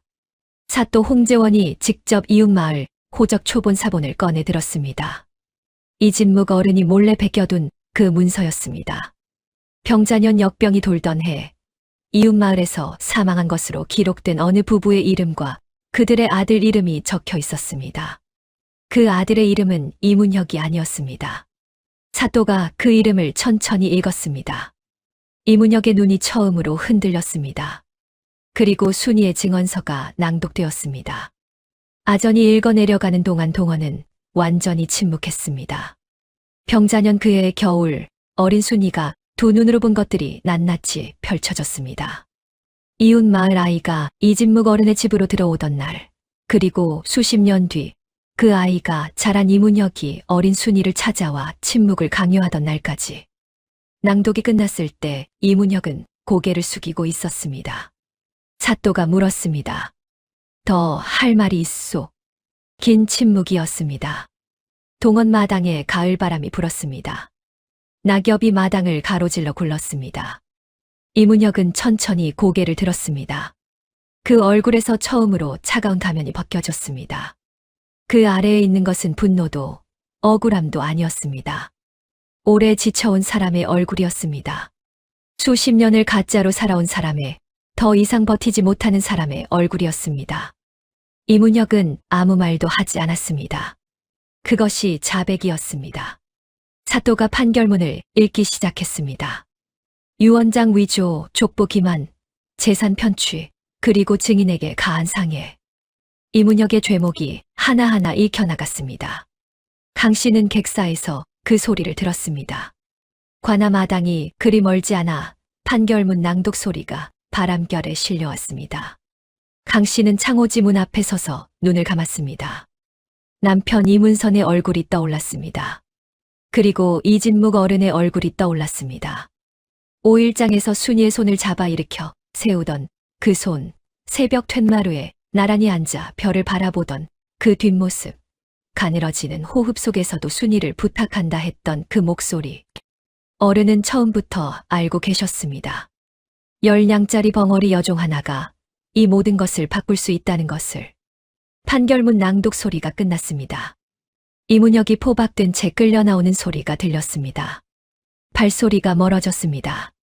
그리고 완전한 고요가 찾아왔습니다. 순이가 강 씨 곁으로 다가왔습니다. 나란히 창밖을 바라보았습니다. 관아 마당 너머로 가을 하늘이 높고 맑았습니다. 구름 한 점 없었습니다. 강 씨가 작은 목소리로 말했습니다.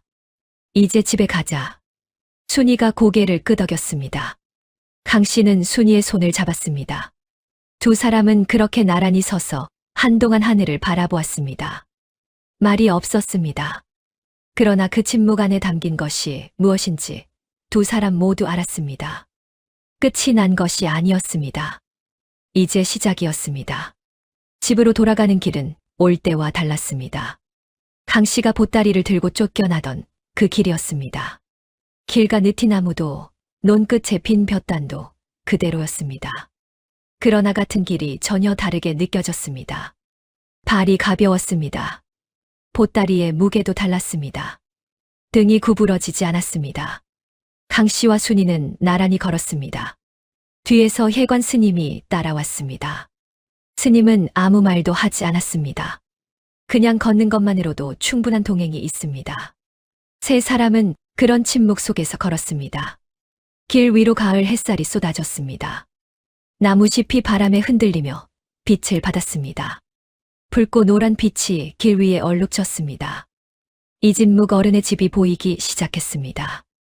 기와 지붕 끝이 먼저 눈에 들어왔습니다. 그 다음 대문이 보였습니다. 강 씨는 걸음을 늦추지 않고 대문 앞에 섰습니다. 쫓겨나던 날 등 뒤에서 둔탁하게 닫히던 그 문이었습니다. 강 씨가 문고리를 잡았습니다. 천천히 밀었습니다. 문이 열렸습니다. 마당 안에는 하인 몇이 남아 있었습니다. 이문혁이 잡혀간 뒤 집 안이 어수선했던 모양이었습니다. 강 씨를 보자 누구는 고개를 숙였고 누구는 그 자리에 굳어버렸습니다. 박서방은 보이지 않았습니다. 이문혁과 함께 관아로 끌려간 것이었습니다. 강 씨는 마당 한가운데 서서 집안을 둘러보았습니다. 사랑채가 보였습니다. 안채가 보였습니다.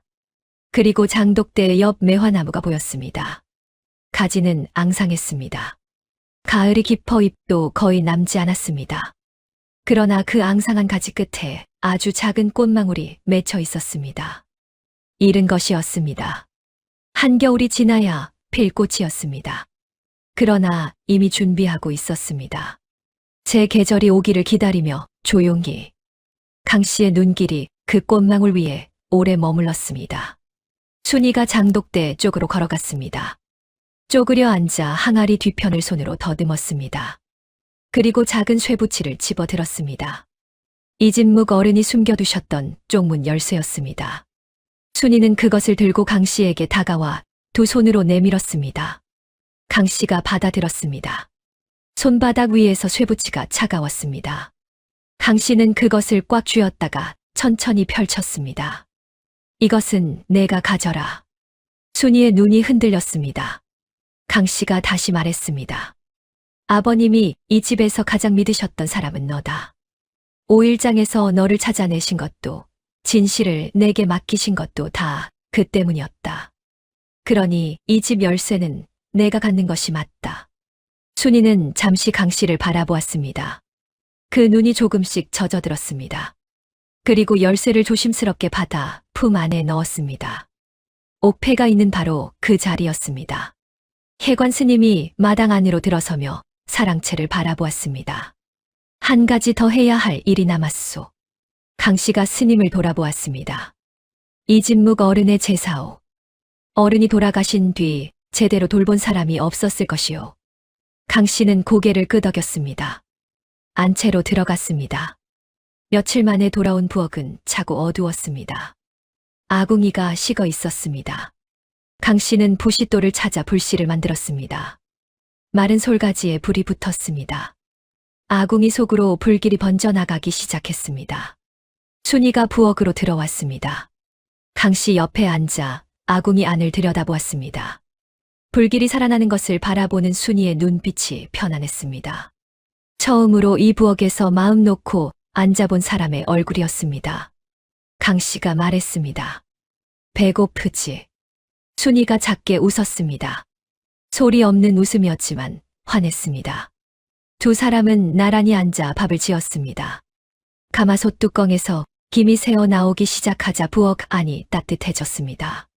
솥 안에서 쌀알이 익어가는 소리가 났습니다. 그 소리가 강 씨의 눈시울을 뜨겁게 했습니다. 밥 짓는 소리가 이토록 다정하게 들린 것이 얼마만인지 알 수 없었습니다. 혜관 스님은 사랑채에서 이진묵 어른의 위패를 찾아 제자리에 모셨습니다. 제상을 간단히 차렸습니다. 밥 한 그릇, 맑은 물 한 잔, 그리고 마른 감 한 개. 세 사람이 위패 앞에 나란히 섰습니다. 강 씨가 향에 불을 붙였습니다. 향 연기가 가늘게 피어올랐습니다. 사랑채 안으로 퍼졌습니다. 강 씨는 두 손을 모아 고개를 숙였습니다. 말이 떠오르지 않았습니다. 그러나 말이 필요하지 않았습니다. 이진묵 어른은 이미 알고 있을 것이었습니다. 열량의 사온 여종이 이 모든 것을 가능하게 했다는 것을, 그 선택이 틀리지 않았다는 것을. 향 연기가 창호지 문틈으로 스며나갔습니다. 마당의 차가운 공기 속에 섞였습니다. 겨울이 왔습니다. 이진묵 어른의 집에 첫눈이 내린 것은 관아 신문이 끝나고 한 달이 지난 뒤였습니다. 밤사이 소리 없이 내려앉은 눈이 기와 지붕 위에 하얗게 쌓였습니다. 장독대 항아리들이 눈을 이고 있었고 앙상하던 매화나무 가지 위에도 눈꽃이 피었습니다. 강 씨는 새벽 일찍 일어났습니다. 안채 문을 열자 차가운 공기가 먼저 들어왔습니다. 그러나 예전과 달랐습니다. 예전의 차가움은 쫓겨날 것을 알면서도 버텨야 하는 사람의 냉기였습니다. 지금의 차가움은 그냥 겨울이었습니다. 계절이 데려온 차가움이었습니다. 마루 끝에 앉아 마당을 바라보았습니다. 눈 위에 발자국이 나 있었습니다. 작고 가지런한 발자국이었습니다. 부엌 쪽에서 아궁이에 불치 피는 소리가 났습니다. 순이가 강 씨보다 먼저 일어나 있었습니다. 며칠 전부터 그랬습니다. 강 씨가 일어나기 전에 먼저 일어나 아침 준비를 하는 것이 어느새 순이의 일과가 되어 있었습니다. 강 씨가 부엌 문을 열었습니다. 순이가 아궁이 앞에 쪼그려 앉아 불길을 살피고 있었습니다. 등 뒤로 부엌 문으로 들어온 아침빛이 순이의 어깨 위에 내려앉았습니다. 그 빛 속에서 순이의 옆모습이 조용하고 편안했습니다. 이 집에 처음 들어오던 날, 5일장 거적 위에 고개를 숙이고 있던 그 여인이 지금 이 자리에 있다는 것이 강 씨는 아직도 가끔 실감이 나지 않았습니다. 순이가 기척을 느끼고 돌아보았습니다. 눈이 마주치자 순이가 웃었습니다. 소리 없는 웃음이었지만 두려움이 없는 웃음이었습니다. 이 집에서 쫓겨날까봐 조심하는 웃음이 아니었습니다. 그냥 좋아서 짓는 웃음이었습니다. 강 씨도 웃었습니다. 아침밥을 먹고 나서 강 씨는 사랑채로 들어갔습니다. 이진묵 어른의 서안 앞에 앉았습니다. 붓을 들어 먹을 갈았습니다. 천천히 충분히 쓰기 시작한 것은 편지였습니다. 친정 어머니께 보내는 편지였습니다. 지난 몇 달 동안 있었던 일을 담담하게 적었습니다. 쫓겨난 일, 폐사에서 해관 스님을 만난 일, 순이와 함께 진짜 유원장을 찾아낸 일, 관아에서 이문혁이 포박되어 끌려가던 일, 그리고 지금 이 집에서 순이와 나란히 살고 있다는 것을 모두 적었습니다. 붓이 마지막 줄에 닿았습니다. 어머니, 저는 잘 있습니다. 첫눈이 내렸습니다. 아버님께서 남기신 것들이 제 자리를 찾았고, 저도 제 자리를 찾았습니다. 그리고 한 사람이 더 제 자리를 찾았습니다. 그 사람의 이름은 박순입니다. 아버님이 5일장에서 열량에 데려오신 분입니다. 이 집에서 함께 살고 있습니다. 붓을 내려놓았습니다. 강 씨는 잠시 그 마지막 문장을 바라보았습니다. 박순. 순이의 진짜 이름이었습니다. 이 편지에 그 이름을 처음으로 썼습니다. 편지 위에 그 이름이 또렷하게 새겨져 있었습니다. 오랫동안 불리지 못했던 이름이 이제 세상 어딘가로 흘러가게 될 것이었습니다. 창밖에서 순이가 마당을 쓸고 있었습니다. 눈 쌓인 마당을 빗자루로 천천히 쓸었습니다. 빗자루가 지나간 자리마다 흙빛 마당이 드러났습니다. 순이는 빗자루질을 하다 잠깐 멈추고 하늘을 올려다보았습니다. 겨울 하늘이었습니다. 높고 맑은 잿빛 하늘이었습니다. 그 하늘 아래 순이의 숨이 하얀 입김이 되어 피어올랐다가 사라졌습니다. 강 씨는 창가에 앉아 그 모습을 바라보았습니다. 5일장에서 단열량에 팔려 나온 여인이었습니다. 이름도 목소리도 아버지도 잃은 채 거적 위에 앉아있던 사람이었습니다. 그러나 그 침묵 속에서 이 집안의 진실을 끝까지 지켜온 사람이었습니다. 이진묵 어른이 그것을 보셨습니다. 그리고 열량을 내셨습니다. 열량. 그것이 이 모든 것의 시작이었습니다. 강 씨는 편지를 곱게 접었습니다. 그리고 자리에서 일어났습니다. 사랑채 문을 열고 마당으로 내려서자 차가운 눈이 발 아래서 뽀드득 소리를 냈습니다. 순이가 고개를 돌렸습니다. 강 씨가 말했습니다. 같이 걷자. 순이는 빗자루를 담장에 세워두었습니다. 그리고 강 씨 곁으로 다가왔습니다. 두 사람은 나란히 마당을 걸었습니다. 눈 위에 두 사람의 발자국이 나란히 찍혔습니다. 크기가 다른 두 발자국이 같은 방향으로 이어졌습니다. 장독대 앞에 이르렀습니다. 강 씨가 매화나무를 올려다보았습니다. 눈꽃이 내려앉은 가지 위에 꽃망울들이 촘촘히 맺혀 있었습니다. 한겨울 추위 속에서 피어날 준비를 하고 있었습니다. 아직 피지 않았지만 이미 피고 있었습니다. 강 씨가 순이에게 말했습니다. 봄이 되면 저 꽃이 필 것이다. 순이가 매화나무를 바라보았습니다. 그리고 고개를 끄덕였습니다.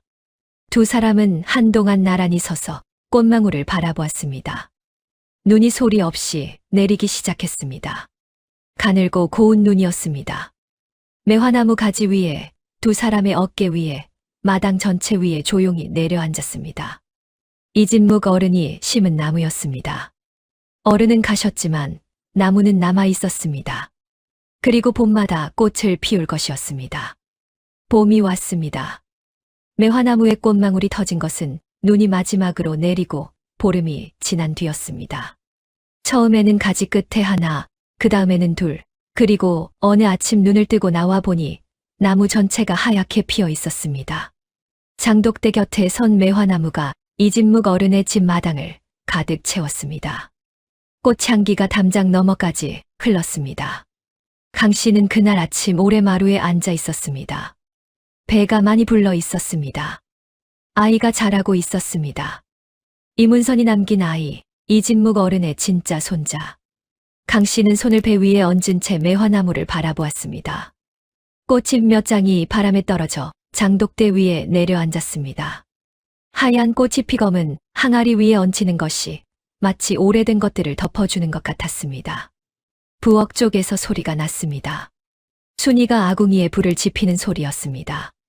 강 씨가 일어서기 전에 먼저 일어나 아침을 준비하는 것이 이제는 자연스러운 일과가 되어 있었습니다. 강 씨는 마루에서 일어나 부엌 문을 열었습니다. 순이가 돌아보았습니다. 눈이 마주치자 순이가 웃었습니다. 강 씨의 배를 바라보더니 눈썹을 올리며 손으로 아이가 많이 컸다는 신용을 했습니다. 강 씨가 웃었습니다. 그래, 많이 컸다.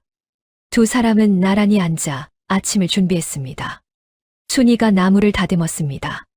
강 씨는 된장을 풀었습니다. 가마솥에서 밥냄새가 피어올랐습니다. 부엌 안이 따뜻했습니다. 아궁이 불빛이 두 사람의 얼굴 위에 일렁였습니다. 밥상을 차리고 나서 강 씨는 사랑채로 들어갔습니다. 이진묵 어른의 위패 앞에 밥 한 그릇을 올렸습니다. 향을 피웠습니다. 연기가 가늘게 올라갔습니다. 강 씨는 두 손을 모아 고개를 숙였습니다. 이번에는 말이 나왔습니다. 아버님, 봄이 왔습니다. 매화가 피었습니다. 그리고 아이가 곧 나올 것 같습니다. 잠시 멈추었습니다. 아버님이 오일장에서 순이를 데려오지 않으셨다면 저는 아무것도 할 수 없었을 것입니다. 열량이 이 모든 것을 만들었습니다. 아버님의 그 선택이 저를 살렸습니다. 향연기가 천장을 향해 피어올랐습니다. 강 씨는 눈을 뜨고 위패를 바라보았습니다. 나무 위패 위에 이진묵이라는 이름이 새겨져 있었습니다. 그 이름을 손끝으로 조용히 짚었습니다. 나무가 차가웠습니다. 그러나 그 차가움 안에 무언가 따뜻한 것이 있는 것 같았습니다. 마당에서 순이가 빗자루를 들고 낙화를 쓸고 있었습니다. 꽃이 피슬릴 때마다 향기가 다시 일었습니다. 순이는 빗자루질을 하다 잠깐 멈추고 매화나무를 올려다보았습니다. 그리고 천천히 손을 들어 가지 끝에 꽃송이 하나를 손끝으로 가볍게 건드렸습니다. 꽃잎 두어 장이 떨어져 순이의 손바닥 위에 내려앉았습니다. 순이는 그것을 한참 바라보았습니다. 강 씨가 마루로 나와 그 모습을 바라보았습니다. 오일장 거적 위에서 고개를 숙이고 있던 여인이었습니다. 혀를 잃고 이름도 잃은 채 열량에 팔려나온 사람이었습니다. 수십 년을 소리 없이 살아왔습니다. 그러나 그 침묵 속에서 한 집안의 진실을 지켰습니다. 그리고 그 진실이 세상에 나오는 날까지 기다렸습니다. 이진묵 어른은 그것을 아셨습니다. 장터 거적 위에서 눈을 들어 올린 그 여인의 눈빛 속에 담긴 것을. 두려움이 아니라 오래 참아온 단단함을. 그래서 열량을 내셨습니다. 그것이 전부였습니다. 그러나 그것으로 충분했습니다. 강 씨가 마루에서 내려와 순이 곁으로 걸어갔습니다. 순이가 고개를 돌렸습니다. 강 씨가 말했습니다. 앞으로는 종으로 부르지 않겠다. 이 집에서 함께 사는 사람으로 살자. 순이는 손바닥 위에 꽃잎을 바라보다 강 씨를 올려다보았습니다. 그 눈이 천천히 젖어들었습니다. 소리 없는 울음이었습니다. 그러나 슬픈 울음이 아니었습니다. 오래 기다려온 것이 마침내 닿은 사람의 더 이상 혼자가 아닌 사람의 울음이었습니다. 순이는 강 씨의 손을 잡았습니다. 두 사람은 나란히 매화나무 아래 섰습니다. 바람이 불었습니다. 매화 꽃잎이 흩날렸습니다. 하얀 꽃잎들이 두 사람의 머리 위에, 어깨 위에, 손 위에 내려앉았습니다. 마당 전체가 꽃잎으로 가득 찼습니다. 장독대 곁에서 매화나무가 조용히 서 있었습니다. 이진묵 어른이 수십 년 전 손수 심었다는 나무였습니다. 그 나무가 봄마다 꽃을 피웠고, 올해도 피었고, 내년에도 필 것이었습니다. 아무것도 묻지 않고, 아무것도 따지지 않고, 그냥 제자리에서 때가 오면 꽃을 피우는 나무. 어디선가 새 한 마리가 울었습니다. 높고 맑은 소리였습니다. 담장 너머 멀리서 그러나 또렷하게 들렸습니다. 강 씨가 눈을 감았습니다. 봄 햇살이 두 사람의 어깨 위에 따뜻하게 내려앉았습니다. 매화향이 마당 가득 퍼졌습니다. 뱃속에서 아이가 한 번 움직였습니다. 강 씨는 그것을 느끼며 입가에 미소를 지었습니다. 이진묵 어른의 집에 봄이 왔습니다. 열량이 만들어낸 봄이었습니다. 오래, 아주 오래 기다려온 봄이었습니다.